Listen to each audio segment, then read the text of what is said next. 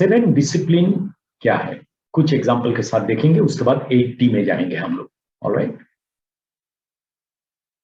तो 7 discipline PDC से लिया गया है। ये जापान में बहुत यूज होता है। आप लोग हिटोशी कुमे के किताब में इसका डिटेल मिलेगा आपको। और इसमें डेफिनेशन में 7 स्टेप क्या क्या है।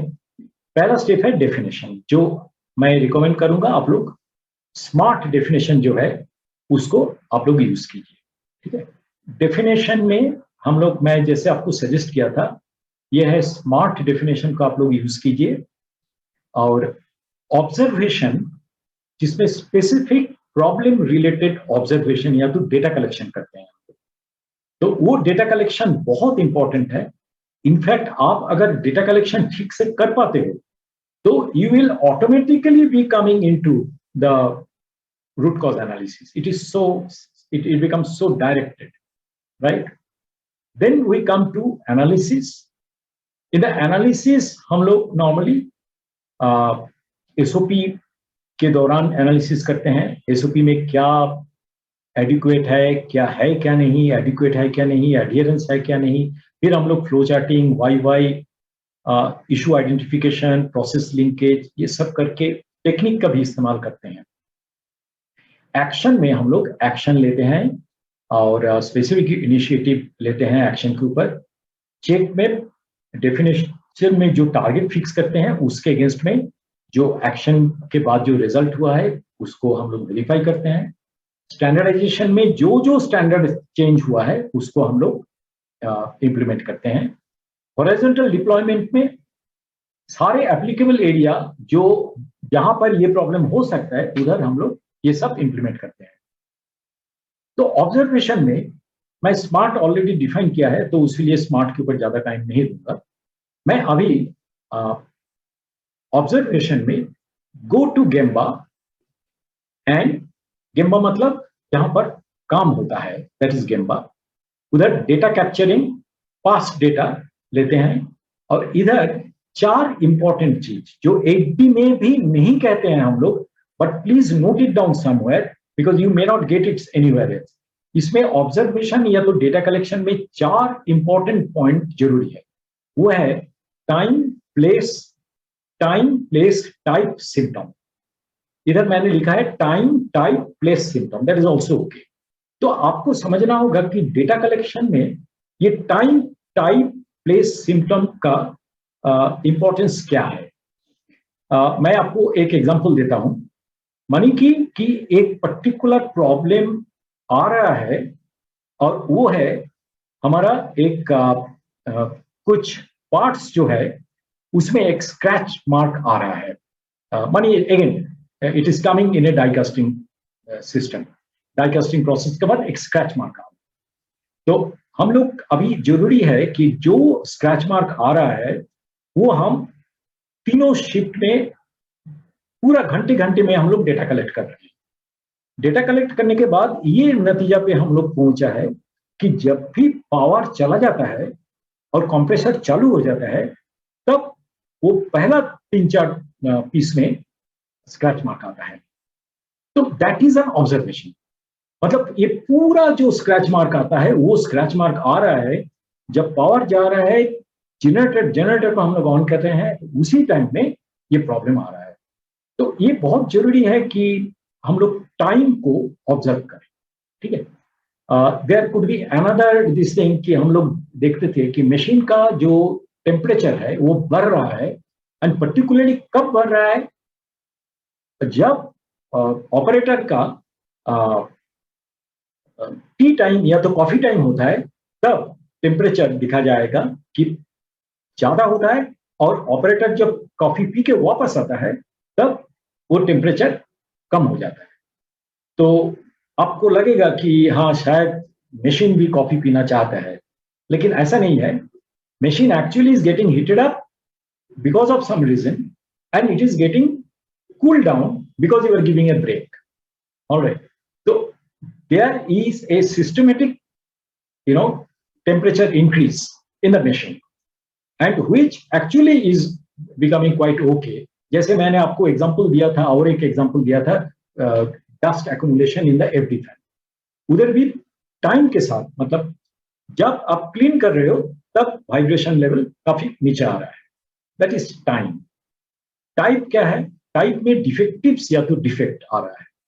तो व्हाट इज डिफेक्टिव या तो डिफेक्ट, मतलब जो प्रॉब्लम आ रहा है, जैसे मैंने बोला कि scratch mark, so scratch mark is a type of defect.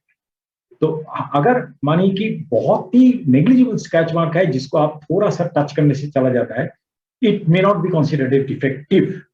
लेकिन अगर वो थोड़ा सा गहराई में आ गया तो शायद वो डिफेक्टिव आ जाएगा। आपको याद है हमारा वेरिएबल में डिफेक्ट डिफेक्टिव दो टाइप ऑफ डेटा हो सकता है। प्लेस क्या है? कहां पर होता है? मानिए कि हमारा 3 मशीन में similar kind of die casting operation हो रहा है, लेकिन हम लोग एनालिसिस करके देखा है किसी एक पर्टिकुलर डाई से ही प्रॉब्लम आ रहा है, किसी एक मशीन में से प्रॉब्लम आ रहा है। Mister Kulkarni, I think Siddhakala has not muted.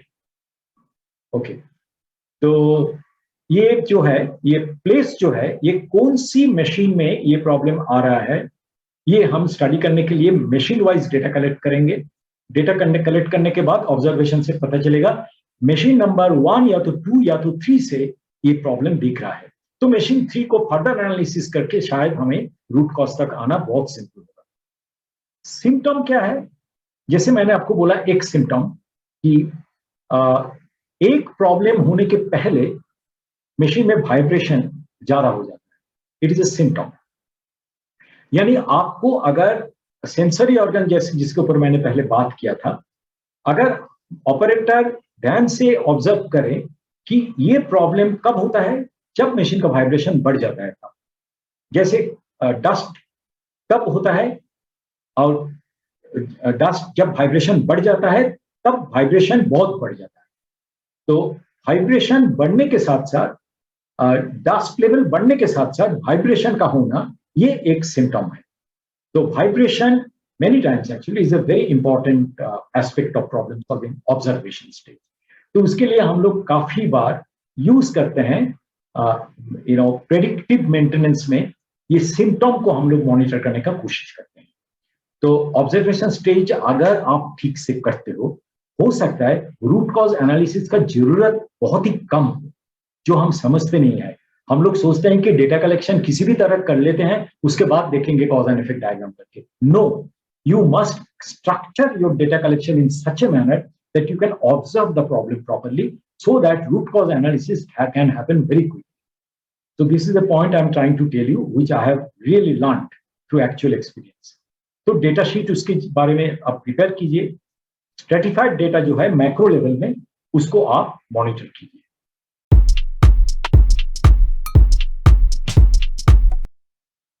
Take stage में मैं एनालिसिस में नहीं जा रहा हूं और सीधा चेक में आ रहा हूं, क्योंकि एनालिसिस अगर आप एक्शन लेना है तो एक्शन ले सकते हो आप। How do you do the checking?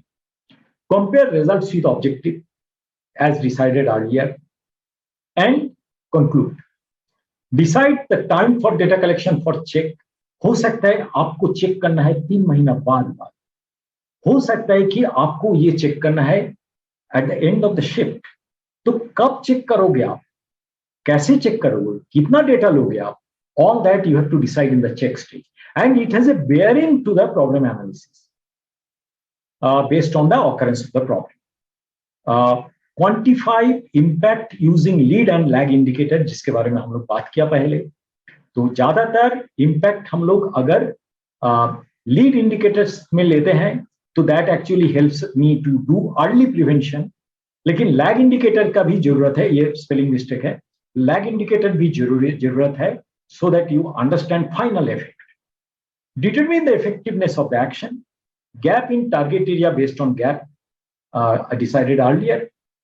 Whether you have to revisit step number 2, 3, 4 again, that check stage tells you.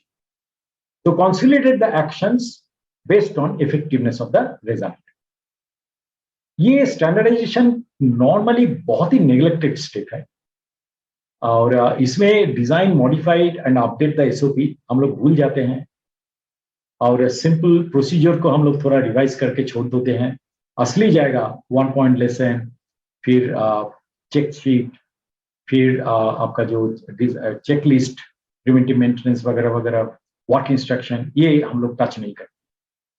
Finalise and implement data management system, integrate with IT if necessary, train the concerned persons on SKCA and SOP all levels, फिर skill matrix prepare कीजिए और देखिए कौन कौन सी stage में actually skill matrix को modify करना जरूरी है। फिर कंसोलिडेट कीजिए चेंजेस को, एक्शन पॉइंट को मेड इन द SOP। ये स्टेज तो होता ही नहीं है normally. Horizontal deployment of consolidated changes actions across the organisation. एक टाइम में अगर हम लोग एक प्रॉब्लम डिटेक्ट किया तो दूसरे टाइम में भी हो सकता है, तो why wait, why don't you take action right now preventively, whenever you are getting indication कि ये प्रॉब्लम हो सकता है। Consolidation of learning input at all stages, skill efficiency के लिए ट्रेनिंग दीजिए। अगर मशीन इनकेपेबल था तो सारे मशीन का कैपेबिलिटी चेक करना जरूरी है। कैपेबिलिटी स्टडी का एक इंप्रूवमेंट इनिशिएटिव बनाइए। सप्लायर का कॉन्फिडेंस जो है उसको बढ़ाने के लिए आप क्या करना चाहिए वो भी डिसाइड कीजिए। कॉम्पिटेंसी बढ़ाइए, कॉम्पिटेंसी के अंदर दोनों ही है, आपका स्किल है, नॉलेज है, दोनों ही। And stitch other organisational diagnosis points together based on the results achieved, decide whether any further project needed to be taken up or not. ठीक है, I think with this I am stopping here, and Omkar, you can take over for 8D basics and example.